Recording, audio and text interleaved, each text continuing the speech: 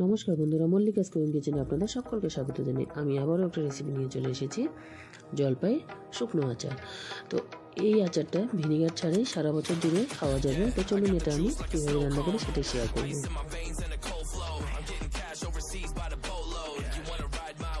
তো এখানে আমি এক কেজি জলপাই নিয়েছি, একেবারে ধুয়ে পরিষ্কার করে।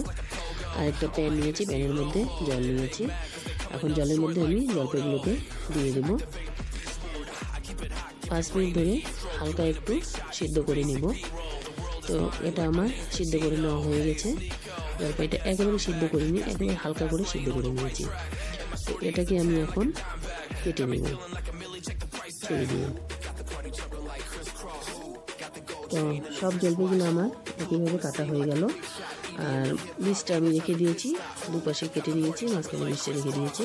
আর এই যে দেখুন, এভাবে কেটে দেবেন আপনারাও, আর পুরোটা সিদ্ধ করবেন না। আর এখন আমি পরিমাণ মতো লবণ দিয়ে নিলাম আর সামান্য পরিমাণে হলুদ দিয়ে নিলাম। এটাকে ভালো করে আমি রেখে দেবো এখন। তো সম্পূর্ণ জলপাইটা আমার ভালো করে মাখা হয়ে গেল। আর এটাকে আমি এখন রোদে শুকোতে দেব 12 ঘন্টার জন্য, কারণ সম্পূর্ণটা আমার শুকাবে না। তো 12 ঘন্টা পরে এই যে দেখুন, জলপাইটা আমার এরকম হয়েছে। অর্ধেকটা শুকিয়েছে, অর্ধেকটা শুকোয়নি।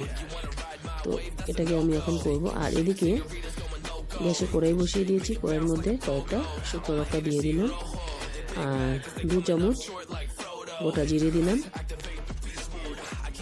1 চামচ মৌরি দিলাম, আর 2 চামচ ধনিয়া। তো সম্পূর্ণটা আমি এখন একটু হালকাভাবে ভেজে নিয়ে নেব, এটা রোস্ট মশলার জন্য।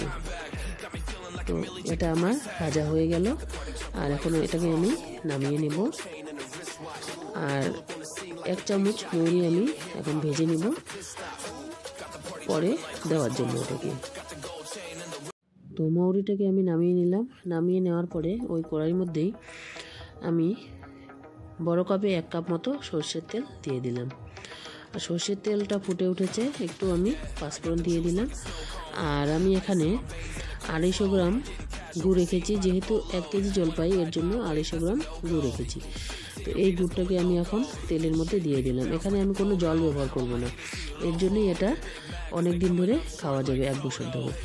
আর যেহেতু আমি আগে জলপাইয়ের মধ্যে লবণ দিয়েছি, এর জন্য এখানে আমি সামান্য পরিমাণে আরও লবণ দিলাম।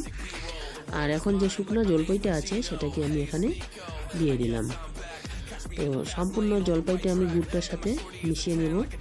আপনারাও এভাবে জলপাই শুকনো আচার করে খাবেন, দেখবেন সারা বছর ধরে খেতে পারবেন, কোনো গন্ধ হবে না। আর এটাতে কোনো আমি ভিনেগারও দিব না। গুড়টাকে ভালো করে জলপাইয়ের সাথে মিশিয়ে নেওয়ার পরে এখন আমি এখানে 50 গ্রাম মতো চিনি অ্যাড করে দিলাম।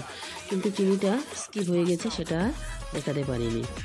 আর চিনিটা দেওয়ার পরে যে জলটা বেরিয়ে এসেছে, এই জলটা থেকেই আমার জলপাইটা সিদ্ধ হয়ে যাবে, শুকনো জলপাইটা।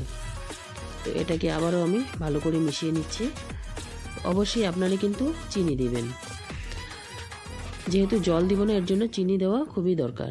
তো এখন আমি যে রোস্ট মশলাটা করে রেখেছি সেটা আমি ছড়িয়ে দিলাম।